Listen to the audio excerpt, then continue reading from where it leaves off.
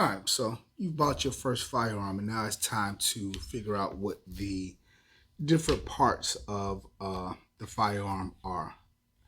I would suggest that every time you buy a new firearm, to read the manual. People call me a nerd, but I still read the manual every time I get a firearm. So, and if you're buying a used firearm, go online and download a copy of the manual. It should be a copy available online. We're going to give you directions. We're going to tell you about the different parts of the gun. We'll go through different things in these different videos, but that manual is going to give you specific directions that are specific to your particular firearm. So read the manual. Just even if you think you know everything about the gun, I just think it's a good idea to go through, read the manual for that firearm, and always keep it. Don't throw away your manuals. I keep my cases. I keep the manuals. Just hold on to it. All right. So this top part here, this is the slide.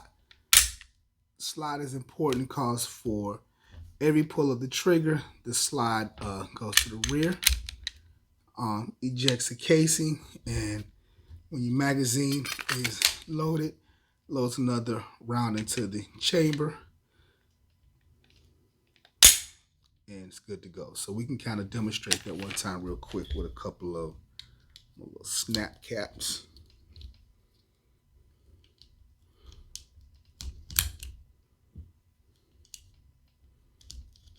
So magazine's loaded, slide goes to the rear. When it comes back up, it catches that bullet, puts it in the chamber. So now you'll see that when it goes to the rear again, ejects that casing, it's going to load that next snap cap in there. Next snap cap's in the chamber. After it's empty, it locks open. That's what it should do. It's kind of lock open. So that's what your slide does. Next, your firearm is going to have two sets of sights at the top. You're going to have your front sight and your rear sight. So you're going to have two notches in the back, one in the front. You usually have a little notch in the middle here. So different firearms will have different types of sight. You see these are just, white dots. Glock is kind of the same thing, has maybe like a little U-shaped pattern, front sight, rear sight. So that's kind of standard practice. Like I said, there'll be different kinds for different firearms. So you can take a look at that. So, but yeah, your front sight and your rear sights, and that's what you're going to use to kind of get your sight picture when you're shooting. You're just going to line up this front sight in between these two rear sights. Like I said, we'll go over that in a future video, but yeah. Your sights are on top of the slides, and most times they are removable, replaceable, so you can get another. If you don't like the sights you have, you can get different sights. So most modern day striker firearms do not come with a safety, but some do. And if it is, the safety is usually right here. You see, it just kind of moves that up and down. For the most part, up is the safe position, and when it's down, it can fire. So when it's up, you probably should not be able to pull that trigger. When it's down, make sure to see the gun is clear. Yeah, when it's down, the trigger can be pulled. When it's up, it's down. And when it's up, can't pull the trigger. Bam. Sometimes they'll even have like if it's up, you see like maybe a little white dot, and something else will be down red. So that's kind of a visual indication of white is safe, red is hot. So most firearms won't have one, but you will see some with the safety. So the next item we're going to talk about is the slide stop lever. That's this little button right here. Main function is to after the last round has been fired, to lock it open. But as you see, you can kind of manipulate it yourself, and that's one of the things you're checking for with the new gun, is to see how easy it is to lift up that slide stop lever. I'll show you in a couple. On the X5, it's kind of really pronounced, so you can just kind of hit it. See, kind of locks it open, and then when you let it go, I always tell people you can either push that down or you just kind of let that go. But that's the slide stop. Some people call it slide release because you can take it and just hit it to release. So it's slide stop lever. And most controls realize on guns are made for like right-hand individuals, so it's kind of like something you do with your hand when you're shooting. Like this one here is kind of ambidextrous control, so it'll be on both sides, kind of like the safety was on the other side. The safety mag release sometimes. We'll go over mag release in a second. Over the top parts, now we're going to hit the bottom part, the grip module. This section here, that's your trigger guard.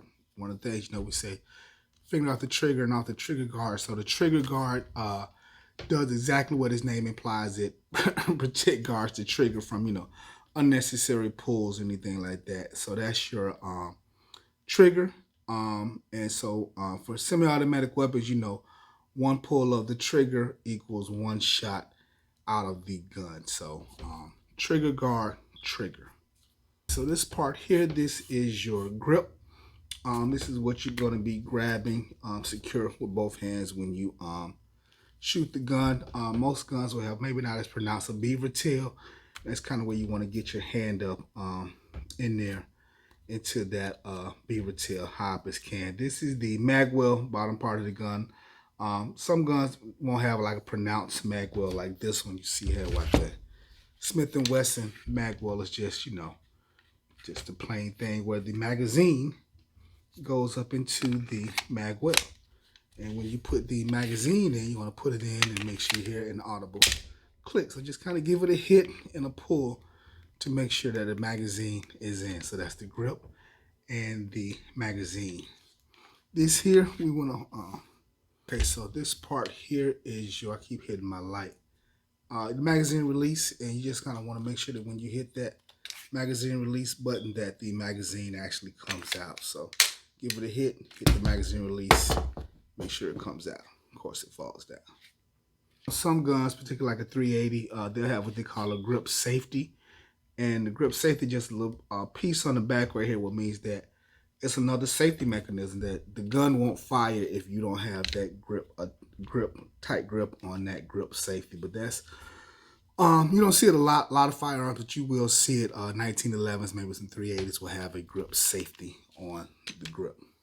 All right, so this last part here, Picatinny rail, this is where you're gonna put any anything you want to mount on there, like a light or a laser. If you can see on my Smith & Wesson, I do have a light attached to the pick rail. So those are the different parts of the gun. Those are the things you're gonna probably deal with every day. So just kind of, like I say, look for your particular firearm. Like take the takedown lever here. It turns, but on a Glock, it's pulled down to hold it, take it off. So look at your manual, see what your manual says, but those are just the basic parts of the firearm. So there you have it. Stay safe, shoot straight. We'll talk to you guys next time. All right, so here at Fitty and Tactical, we're trying to give you good quality content, especially for new shooters, people that may be underrepresented in the community. So if these videos are helpful or informational, like and subscribe. Just kind of help grow the channel. That's what we're trying to do, is grow, get to as many people as possible. So if you like what you see, like and subscribe. All right, you guys stay safe.